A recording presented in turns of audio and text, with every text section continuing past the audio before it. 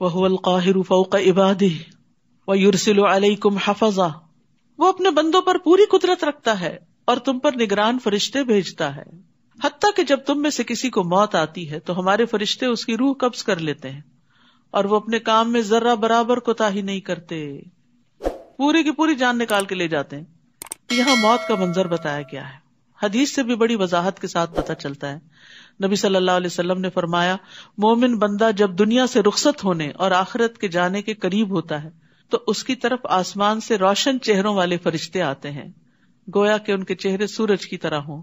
ان کے پاس جنت کے کفنوں میں سے ایک کفن اور جنت کی حنوط یعنی خوشبو میں سے ایک خوشبو ہوتی ہے، یہاں تک کہ وہ اس کی تا حد نگاہ بیٹھ جاتے ہیں.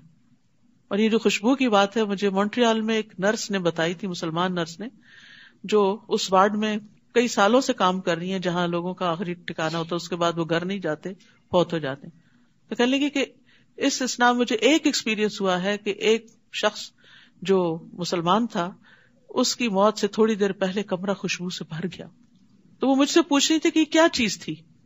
کہتی ایسی خوشبو کبھی ہم نے محسوس نہیں کی، اور پھر جب روح نکل گئی اور ہم نے اس کو لپیٹا سمیٹا تو خوشبو پھر ختم ہو گئی. اور کہتی میں اکیلی نہیں، سب نے وہ محسوس کی. پتہ نہیں اللہ کو اس کی کون سی نیکی پسند تھی. بہت سے لوگوں کے چہرے پہ نہیں لکھا ہوتا کہ وہ کیا کیا خیر کے کام چھپ چھپ کے کرتے ہیں، جو صرف اللہ کو پتا ہوتے ہیں. تو انہیں دکھاوے کا شوق بھی نہیں ہوتا کہ لوگ کیا دے دیں گے زیادہ سے زیادہ. تعریف کے 4 بول بھی دیے تو اس کے بعد تو ہوا میں اڑ جائیں گے، ختم ہو جائیں گے، ہمارے اعمال نامے میں تھوڑی آ جائیں گے. تو بہرحال نیک لوگوں کے پاس جو فرشتے آتے ہیں وہ خوشبو میں لپیٹا ہوا کفن لے کر آتے ہیں، یہاں تک کہ وہ تا حد نگاہ بیٹھ جاتے ہیں. پھر ملک الموت اس کے سرہانے آ کے بیٹھ جاتے ہیں اور کہتے ہیں یا ایتھا النفس الطیبہ اخرجی الی مغفرۃ من اللہ ورضوان، اے پاکیزہ نفس، اللہ کی مغفرت اور رضامندی کی طرف نکلو. کیونکہ ساری زندگی اللہ کو راضی کرنے کا شوق رہا. چنانچہ اس کی روح اس طرح بہہ کے نکل جاتی ہے جیسے مشکیزے کے منہ سے پانی کا قطرہ بہہ جاتا ہے. پھر ملک الموت اسے پکڑ لیتے ہیں. جب وہ اسے پکڑ لیتے ہیں تو دوسرے فرشتے پلک جھپکنے کی مقدار میں اس کی روح کو ملک الموت کے ہاتھ میں رہنے نہیں دیتے. پھر ان سے لے کر کفن میں لپیٹ کر اپنی لائی ہوئی حنوط مل دیتے ہیں اور اس کے جسم سے ایسی خوشبو نکلتی جیسے مہکنے والی کستوری جو روئے زمین پہ پائی گئی ہو. پھر فرشتے اس روح کو لے کر اوپر چڑھ جاتے ہیں. ایسا ہی منظر لگتا ہے جیسے بچہ پیدا ہوتا ہے نا، تو نرس سے ڈاکٹر کھڑی ہوتی تو بچہ جو لیتی ہے فرسٹ اٹیمپٹ میں وہ فوراً دوسری نرس کو دیتی ہے اور وہ لے جا کے اس کو صاف کر کے اس کو لپیٹ دیتے ہیں کپڑے میں.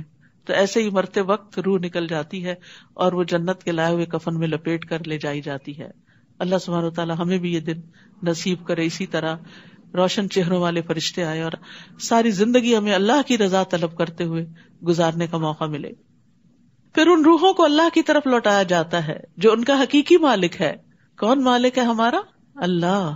سن لو، فیصلے کے سارے اختیارات اسی کے پاس ہیں اور اسے حساب لینے میں کچھ دیر نہیں لگتی. آپ ان سے پوچھئے بحر و بر کی تاریکیوں میں پیش آنے والے خطرات سے تمہیں کون نجات دیتا ہے، جسے تم عاجزی کے ساتھ اور چپکے چپکے پکارتے ہو کہ اگر اس نے ہمیں اس مصیبت سے نجات دے دی تو ہم ضرور اس کے شکر گزار ہوں گے. آپ ان سے کہیے کہ اللہ ہی تمہیں اس مصیبت اور ہر سختی سے نجات دیتا ہے، پھر بھی تم اس کے برابر قرار دیتے ہو، اوروں کو شریک ٹھہراتے ہو. آپ ان سے کہیے کہ اللہ اس بات پر قادر ہے کہ وہ تم پر تمہارے اوپر سے کوئی عذاب نازل کر دے یا تمہارے پاؤں کے نیچے سے تم پر کوئی عذاب مسلط کر دے یا تمہیں فرقے فرقے بنا کر ایک فرقے کو دوسرے سے لڑائی کا مزہ چکھا دے. یہ بھی عذاب کی قسم ہے، آپس کی لڑائیاں، چاہے خاندانوں میں ہوں یا آرگنائزیشنز میں ہوں یا ایون مسجدوں میں ہوں. دیکھیے ہم کس طرح مختلف طریقوں سے آیات بیان کرتے ہیں تاکہ وہ سمجھ جائیں.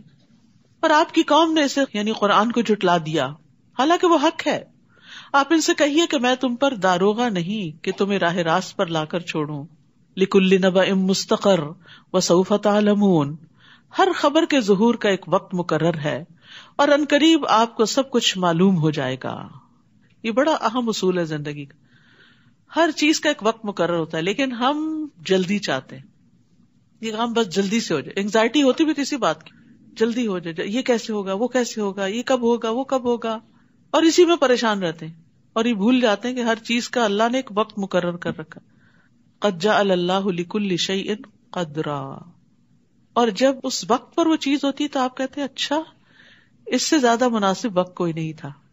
لیکن جب تک لا علم جاہل ہوتے ہیں اعتراض ہی کرتے رہتے ہیں کہ اللہ ایسا کیوں نہیں کر رہا, یہ دعا کیوں نہیں قبول ہو رہی, اور وہ کیوں نہیں مسئلہ حل ہو رہا. اور جب آپ ان لوگوں کو دیکھیں جو ہماری آیات میں نکتہ چینیاں کرتے ہیں, وَإِذَا رَأَيْتَ الَّذِينَ يَخُوضُونَ فِي آيَاتِنَا فَأَعْرِضْ عَنْهُمْ, تو ان کے پاس بیٹھنے سے اعراض برتی ہے. ایسے لوگوں کی مجلس میں مت بیٹھے جو قرآن پہ اعتراض کرتے ہیں اور قرآن پہ بحث کرتے ہیں, حتیٰ کہ وہ کسی دوسری بات میں لگ جائیں. اور اگر شیطان آپ کو بھلا دے تو یاد آنے کے بعد ظالم لوگوں کے ساتھ مت بیٹھیے, ایسے لوگ ظالم ہیں. تو اس میں بہت بڑا سبق دیا گیا ہمیں کہ اللہ کی آیات میں بحث کرنے والی مجلسوں سے اجتناب کرنا چاہیے, اس مجلس کو چھوڑ دینا چاہیے, خواہ کوئی مومن ہو یا کافر, کیونکہ اللہ کی کتاب بحث مباحثے کے لیے نہیں آئی, اعتراض کے لیے نہیں آئی. رسول اللہ صلی اللہ علیہ وسلم نے فرمایا, جس نے علم اس لیے سیکھا کہ علماء کے سامنے فخر کرے اور بے وقوفوں سے بحثیں کرے اور لوگوں کو اپنی طرف مائل کرے, اللہ اسے دوزخ میں داخل کرے گا. یعنی جہاں علم سیکھنے کے بہت سے فضائل ہیں, وہاں غلط مقاصد کے لیے علم سیکھنا عذاب کا باعث ہے. تو قرآن کے ساتھ جھگڑا نہیں کرنا چاہیے. نواس بن سمان سے روایت ہے کہ نبی صلی اللہ علیہ وسلم نے فرمایا, قرآن کے ذریعے جھگڑا نہ کرو, یعنی بحث مباحثے میں قرآن کی آیتیں پڑھ پڑھ کے مت دلیلیں دو, اور نہ اللہ کی کتاب سے بعض کو بعض کے ذریعے جھٹلاؤ. اللہ کی قسم, مومن قرآن کے ساتھ جھگڑا کرے گا تو مغلوب ہو جائے گا, فائدہ کچھ نہیں ہوگا, اور منافق قرآن کے ساتھ جھگڑا کرے گا تو غالب آ جائے گا. وَإِمَّا يُنْسِيَنَّكَ الشَّيْطَانُ فَلَا تَقْعُدْ بَعْدَ الذِّكْرَىٰ مَعَ الْقَوْمِ الظَّالِمِينَ, اور اگر شیطان تمہیں بھلوا دے تو اس سے کیا پتہ چلتا ہے, بھلی بات بھول جانا شیطان کی طرف سے ہوتا ہے. یعنی وہ جھگڑا کی محفل میں سے اٹھنا بھلوا دے تو جب یاد آئے تو ظالم لوگوں کے ساتھ مت بیٹھو. ان ظالموں کے حساب میں سے کسی چیز کی ذمہ داری ان لوگوں پر نہیں جو اللہ سے ڈرتے ہیں. یعنی اگر وہ بھٹک رہے ہیں تو ان کے بھٹکنے کی ذمہ داری ایمان والوں پر نہیں, کیونکہ بعض اوقات ایسا ہوتا ہے نا, خاندان والوں میں, دوستوں میں کوئی شخص قرآن پڑھ کر پھر قرآن ہی میں سے ایسی چیزیں نکالنا شروع کر دیتا ہے جو قرآن کے مطلب کے خلاف ہوتی. تو آپ سوچتے ہیں شاید ہمارے پڑھانے میں کوئی کمی رہ گئی یا بتانے میں کوئی کسر رہ گئی. آپ گلٹی فیل نہ کریں, نبی صلی اللہ علیہ وسلم کو تسلی دی جا رہی ہے, ان کے بھٹکنے کی ذمہ داری آپ پر نہیں ہے, مگر نصیحت کرنا ان پر فرض ہے. یعنی خیر خواہی کی بات کرتے رہیں تاکہ وہ غلط کاموں سے بچیں. کیونکہ ہوتا یہ ہے کہ جب اللہ کی طرف سے آئی ہدایت کو صحیح رخ سے نہیں لیا جاتا نا, اس کے من مانے مطلب پہنائے جاتے ہیں, تو پھر انسان غلط رستے پہ چل پڑتا ہے, غلط کام کرنے لگتا ہے. تو اس لیے نصیحت کرنا فرض ہے. اور ان لوگوں کو چھوڑ دیجئے جنہوں نے اپنے دین کو کھیل اور تماشا بنا رکھا ہے, اور دنیا کی زندگی نے انہیں فریب میں مبتلا کر رکھا ہے. اور انہیں قرآن کے ذریعے نصیحت کیجئے کہ ہر شخص اپنے اعمال کے بدلے میں گرفتار ہے. یعنی سوچ سمجھ کے کرو جو کچھ کر رہے ہو. اللہ کے سوا نہ اس کا کوئی حمایتی ہوگا اور نہ سفارشی, اور وہ کسی بھی چیز سے بدلہ دینا چاہے گا تو وہ قبول نہ کیا جائے گا. یہی لوگ ہیں جو اپنے کیے کے بدلے میں گرفتار ہیں, اور جو وہ کفر کرتے رہے ہیں تو اس کے بدلے انہیں پینے کو کھولتا پانی ملے گا اور انہیں دردناک عذاب ہوگا. تو یہاں پر دین کی عظمت کو اجاگر کیا گیا ہے کہ دین قابل احترام چیز ہے, جھگڑے کی چیز نہیں, بحث مباحثے کی چیز نہیں. اور انسان دنیا کی خاطر, یہ آتا ہے نا, غرتہم الحیات الدنیا, دنیا کی اٹریکشن نے ان کو دھوکے میں مبتلا کر دیا, اور اب وہ دنیا کو حلال کرنے کے لیے اور دنیا کے پیچھے جانے کے لیے اور زیادہ دنیا حاصل کرنے کے لیے قرآن کی آیتوں میں تبدیلی چاہتے ہیں. تو اصل بات یہ ہے کہ قرآن جیسا ہے ویسے ہی لینا چاہیے, منمانی تعویلوں سے اس کے مطلب نہیں بدلنے چاہیے. وہ آتا ہے نا ایک شعر میں کہ خود نہیں بدلتے قرآن کو بدل دیتے ہیں. تو ایسا کرنا انسان کے لیے مسائل پیدا کرنے کا سبب ہے, دنیا اور آخرت دونوں میں. قل اندعو من دون اللہ ما لا ينفعنا ولا يضرنا, آپ ان کافروں سے کہہ دیجئے کیا ہم اللہ کو چھوڑ کر ان کو پکاریں جو نہ ہمیں فائدہ دے سکتے ہیں اور نہ ہمارا کچھ بگاڑ سکتے ہیں, یعنی بتوں وغیرہ کو. جب اللہ نے ہمیں ہدایت دے دی تو کیا اس کے بعد ہم الٹے پاؤں پھر جائیں؟ کیونکہ اہل مکہ بار بار مسلمانوں کو اسی طرف لاتے تھے کہ اپنے آباء و اجداد کا دین نہ چھوڑیں. جیسے کسی کو جنگل میں شیطانوں نے بہکا دیا ہو اور وہ حیران و پریشان ہو, اور اس کے ساتھی اسے پکار رہے ہوں کہ اگر ہدایت درکار ہے تو ادھر ہمارے پاس آؤ. آپ انہیں کہیے کہ ہدایت تو وہ ہے جو اللہ دے, اور ہمیں تو یہی حکم ہوا ہے کہ ہم رب العالمین کے فرما بردار بن جائیں. تو بات یہ ہے کہ گمراہی ہدایت سے الگ کر دی گئی ہے، اور ہدایت جو ہے وہ وہی ہے جو اللہ کی طرف سے آتی ہے. بندوں کی باتیں اور فلسفے ہدایت کا باعث نہیں ہوتے. اور نماز قائم کیجیے اور اس سے ڈرتے رہیے، تقوی اختیار کیجیے، اور وہی تو ہے جس کے حضور تم سب جمع کیے جاؤ گے. وہی تو ہے جس نے آسمانوں اور زمین کو حق کے ساتھ پیدا کیا ہے، اور جس دن وہ قیامت کو کہے گا کہ ہو جا تو وہ قائم ہو جائے گی. اس کی بات سچی ہے، اور جس دن سور میں پھونکا جائے گا اس دن اسی کی حکومت ہوگی. وہ چھپی اور ظاہر سب باتوں کا جاننے والا ہے، اور وہ بڑا دانا اور ہر چیز کی خبر رکھنے والا ہے. وَإِذْ قَالَ إِبْرَاهِيمُ لِأَبِيهِ آزَرَ أَتَتَّخِذُ أَصْنَامًا آلِهَةً. ابراہیم علیہ السلام کا ذکر آ رہا ہے. تقریباً 20 جگہوں پر ابراہیم علیہ السلام کا ذکر آتا ہے، اور ہر صورت میں اس کے مزاج کے مطابق. یہ صورت چونکہ کائنات کی نشانیوں کی طرف غور و فکر کرنے کی دعوت دیتی ہے، تو اسی مناسبت سے یہاں ابراہیم علیہ السلام کا حال بیان کیا گیا ہے. اور وہ واقعہ یاد کرو جب ابراہیم علیہ السلام نے اپنے باپ آزر سے کہا تھا، کیا تم نے بتوں کو الہ بنا لیا؟ میں تو تجھے اور تیری قوم کو کھلی گمراہی میں دیکھتا ہوں. وَكَذَلِكَ نُرِي إِبْرَاهِيمَ مَلَكُوتَ السَّمَاوَاتِ وَالْأَرْضِ. اسی طرح ہم ابراہیم کو آسمانوں اور زمین کا نظام سلطنت دکھا رہے تھے تاکہ وہ یقین کرنے والوں میں سے ہو جائے. ابراہیم علیہ السلام جو تھے وہ اللہ کے دوست تھے. ان کی بڑی خوبیاں تھیں. سب سے بڑی خوبی ان کی تھی کہ شرک سے بیزار تھے اور یکسو مسلمان تھے. کسی فرقہ واریت سے ان کا تعلق نہ تھا. ما کان ابراہیم یہودیاں ولا نصرانیاں. اللہ کے دوست تھے. ان کی زندگی میں بہترین نمونہ ہے.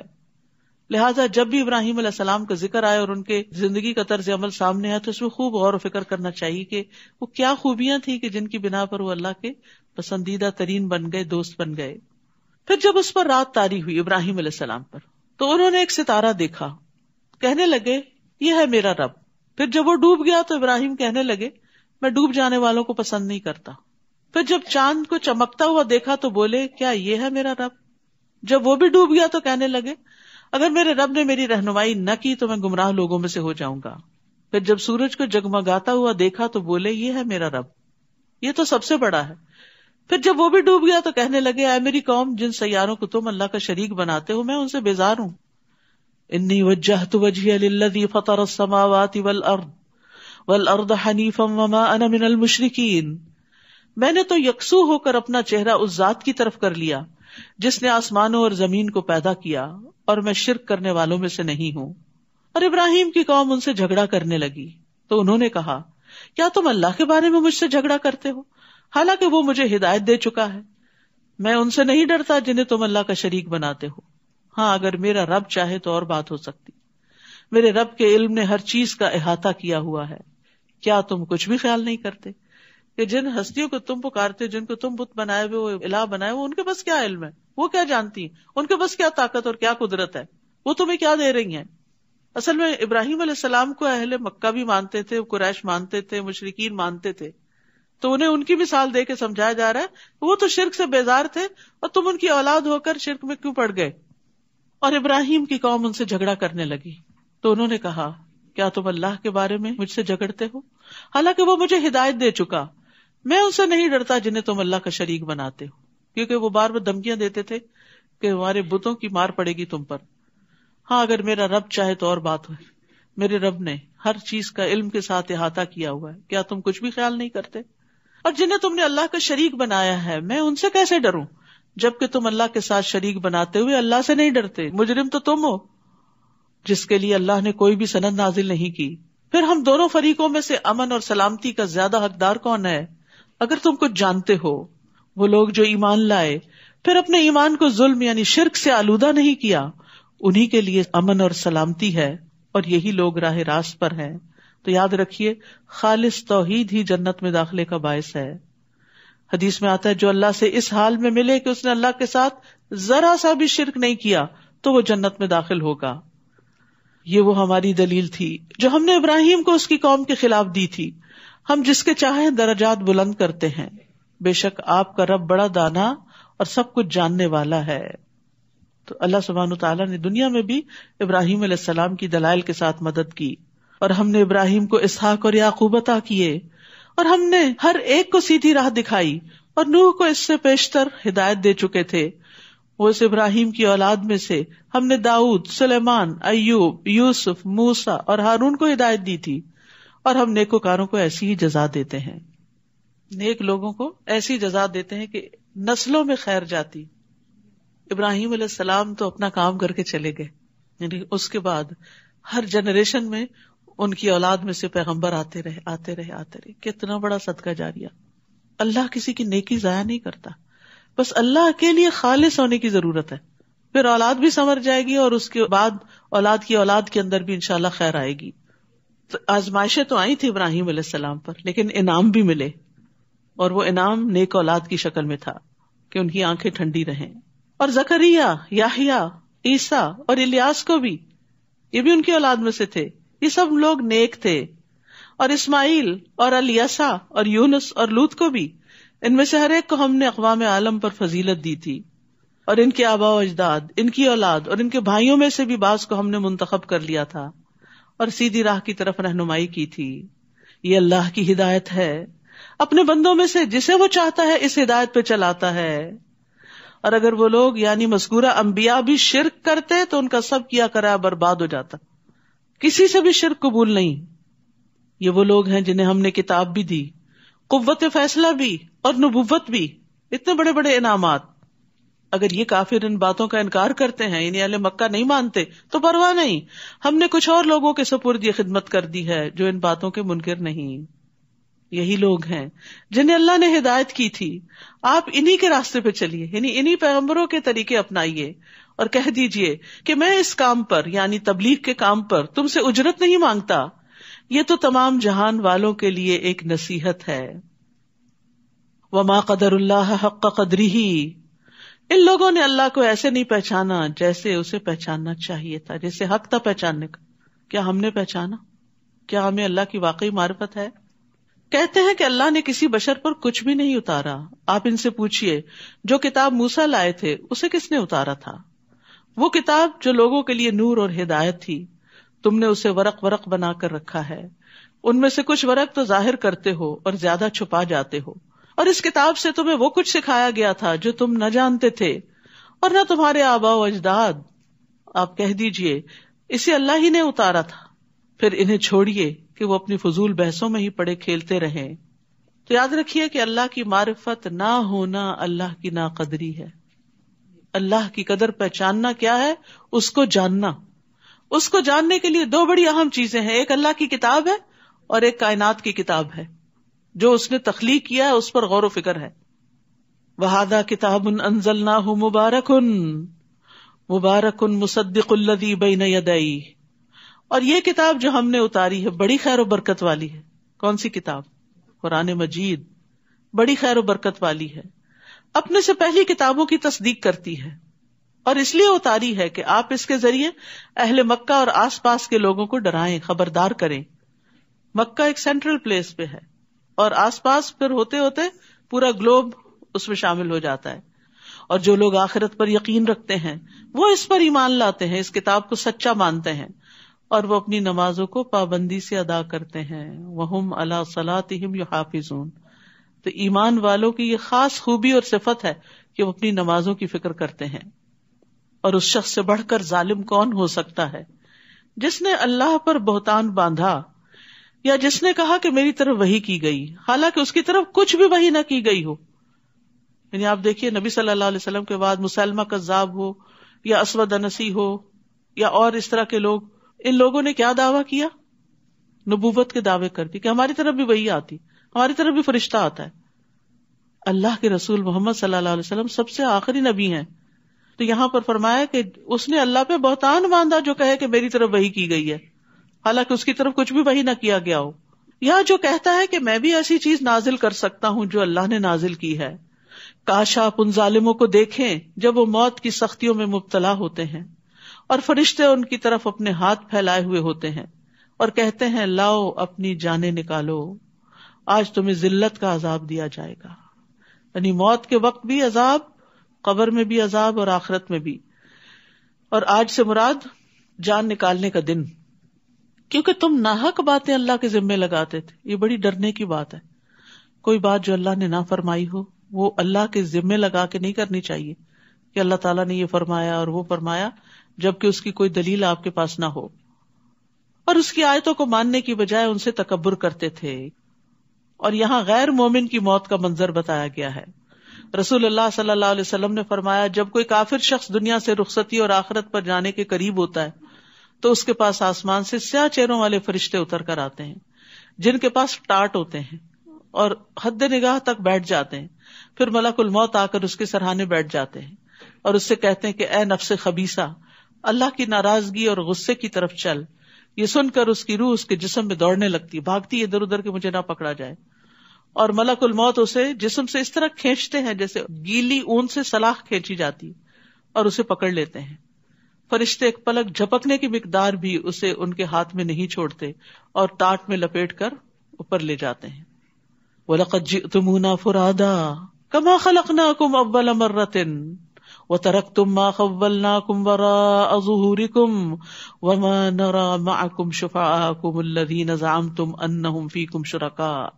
اور اللہ تعالیٰ فرمائے گا، تم ہمارے پاس اکیلے اکیلے ہی آ گئے. ہر شخص موت کے بعد اکیلا جاتا ہے، قبر میں اکیلا ہی ہوتا ہے. جیسا کہ ہم نے تمہیں پہلی بار پیدا کیا تھا اور جو نعمتیں ہم نے تمہیں عطا کی تھی سب اپنے پیچھے چھوڑ آئے ہو.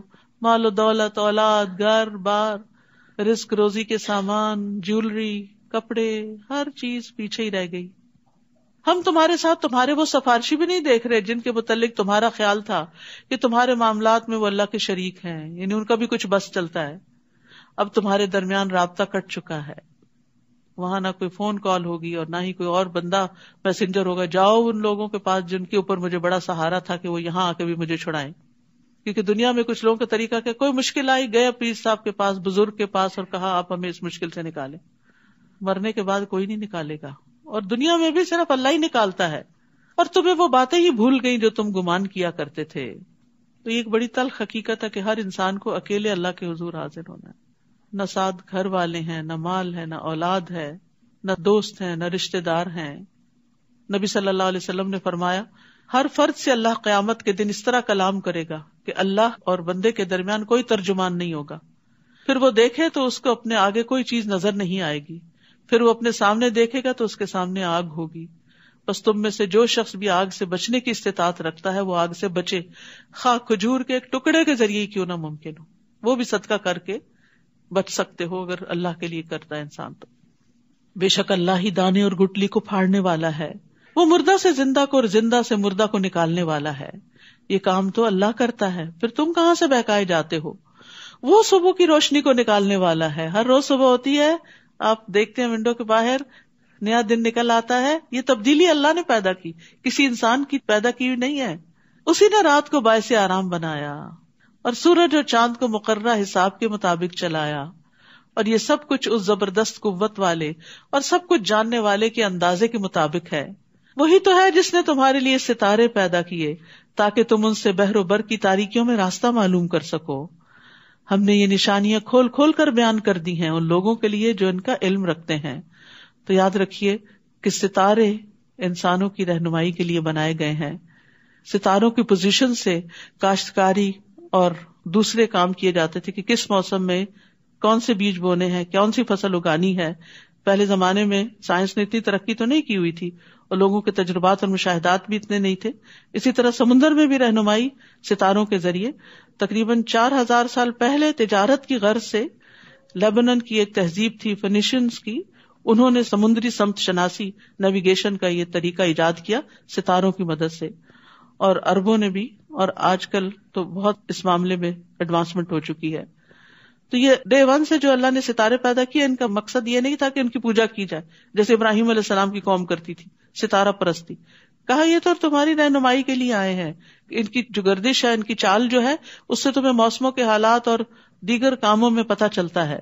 ہم نے یہ نشانیاں کھول کھول کر بیان کر دی ہیں ان لوگوں کے لیے جو ان کا علم رکھتے ہیں. اور وہی تو ہے جس نے تمہیں ایک جان سے پیدا کیا، پھر اس کے لیے ایک جائے قرار ہے اور ایک سونپے جانے کی جگہ. یہ نشانیاں ہم نے ان لوگوں کے لیے کھول کر بیان کی ہیں جو سوجھ بوجھ رکھتے ہیں. اور وہی تو ہے جس نے آسمان سے پانی برسایا، پھر اس سے ہم نے ہر طرح کی نباتات اگائی اور ہرے بھرے کھیت پیدا کیے جن سے ہم تہ بتہ دانوں والے خوشے نکالتے ہیں. اور کھجوروں کے شگوفوں سے گچھے پیدا کرتے ہیں جو بوجھ کی وجہ سے جھکے ہوئے ہوتے ہیں، کس طرح وہ نیچے بینڈ ہو جاتے ہیں. نیز انگور، زیتون اور انار کے باغ پیدا کیے جن کے پھل ملتے جلتے بھی ہوتے ہیں اور الگ الگ بھی، یعنی شکل ایک ذائقہ فرق یا شکل میں بھی فرق. ان کے پھل لانے اور پھلوں کے پکنے پر ذرا غور تو کرو. ان باتوں میں لوگوں کے لیے بہت سی نشانیاں جو ایمان لاتے ہیں. تو مومن کو عبرت کی نگاہ والا ہونا چاہیے، صرف لالچ نہیں کہ بس چیز کھانے کی سامنے آگے کھا لو.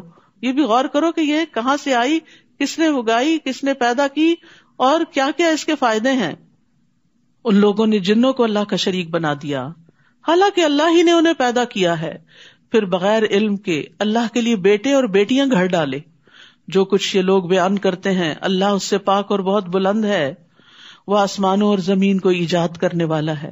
اس کی اولاد کیسے ہو سکتی ہے جبکہ اس کی بیوی ہی نہیں؟ اس نے تو ہر چیز کو پیدا کیا، وہ ہر چیز کو جاننے والا ہے. یہ ہے اللہ رب تمہارا، اس کے سوا کوئی الہ نہیں، وہ ہر چیز کا خالق ہے. خالق کل شیء فاعبدوہ، لہذا اسی کی عبادت کرو. وہو علی کل شیء وکیل، اور وہ ہر چیز پر نگران ہے. لا تدرکہ الابصار وہو یدرک الابصار وہو اللطیف الخبیر، نگاہیں اسے نہیں پا سکتی جبکہ وہ نگاہوں کو پا لیتا ہے، اور وہ بڑا باریک بین ہے اور ہر چیز کی خبر رکھنے والا ہے. تمہارے رب کی طرف سے بصیرت افروز دلائل آ چکے ہیں. اب جو شخص بصارت سے کام لے گا تو اس کا اپنا ہی بھلا ہے، اور جو اندھا بنا رہے گا اس کا نقصان بھی وہی اٹھائے گا، اور میں تم پر محافظ نہیں ہوں. اور اسی طرح ہم اپنی آیات کو مختلف پیراؤں میں بیان کرتے ہیں، اور اس لیے کرتے ہیں تاکہ منکرین حق یہ نہ کہنے لگے کہ تم نے کسی سے پڑھ لیا ہے، اور اس لیے بھی کہ جو اہل علم ہیں ان پر آیات کو واضح کر دیں. آپ اس وحی کی پیروی کیجیے جو آپ کی طرف آپ کے رب کی طرف سے نازل ہوئی ہے کہ اللہ کے سوا کوئی الہ نہیں، اور مشرکوں سے کنارہ کیجیے، یعنی ان کی بات نہ مانیے. اور اگر اللہ چاہتا تو یہ لوگ شرک نہ کرتے، اور ہم نے آپ کو ان پر محافظ نہیں بنایا، نہ ہی آپ ان کے ذمہ دار ہیں. اے مسلمانوں، یہ لوگ اللہ کے سوا جن کو پکارتے ہیں انہیں گالی نہ دو، یعنی مشرکین کے بتوں کو برا بھلا نہ کہو، ورنہ یہ لوگ جہالت کی وجہ سے چڑھ کر اللہ کو گالی دیں گے اور سبب تم بن جاؤ گے. اسی طرح ہم نے ہر گروہ کے عمل کو خوشنما بنا دیا، پھر انہیں اپنے رب کی طرف لوٹ کر جانا ہے، تو جو کچھ یہ کرتے رہے اس کی انہیں وہ خبر دے گا. اور یہ لوگ اللہ کی پکی قسمیں کھاتے ہیں کہ اگر ان کے پاس معجزہ آ جائے تو وہ اس پر ضرور ایمان لے آئیں گے. آپ انہیں کہیے کہ معجزے تو اللہ کے پاس ہیں، اور تمہیں کیسے سمجھایا جائے کہ اگر کوئی معجزہ آ بھی جائے تب بھی یہ ایمان نہیں لائیں گے. یہ ماننے والے نہیں، یہ تو صرف بہانہ ہے، ٹالنے کی بات ہے. وَنُقَلِّبُ أَفْئِدَتَهُمْ وَأَبْصَارَهُمْ كَمَا لَمْ يُؤْمِنُوا بِهِ أَوَّلَ مَرَّةٍ وَنَذَرُهُمْ فِي طُغْيَانِهِمْ يَعْمَهُونَ، اور ہم ان کے دلوں کو اور ان کی آنکھوں کو ایسے ہی پھیر دیں گے جیسے وہ پہلی بار بھی اس قرآن پر ایمان نہیں لائے، اور انہیں ان کی سرکشی میں ہی بھٹکتے چھوڑ دیں گے. اللہ تعالیٰ ہمیں اس سے محفوظ رکھے. وآخر دعوانا ان الحمد للہ رب العالمین. سبحانک اللہم وبحمدک، اشہد ان لا الہ الا انت، استغفرک واتوب الیک. السلام علیکم ورحمۃ اللہ وبرکاتہ.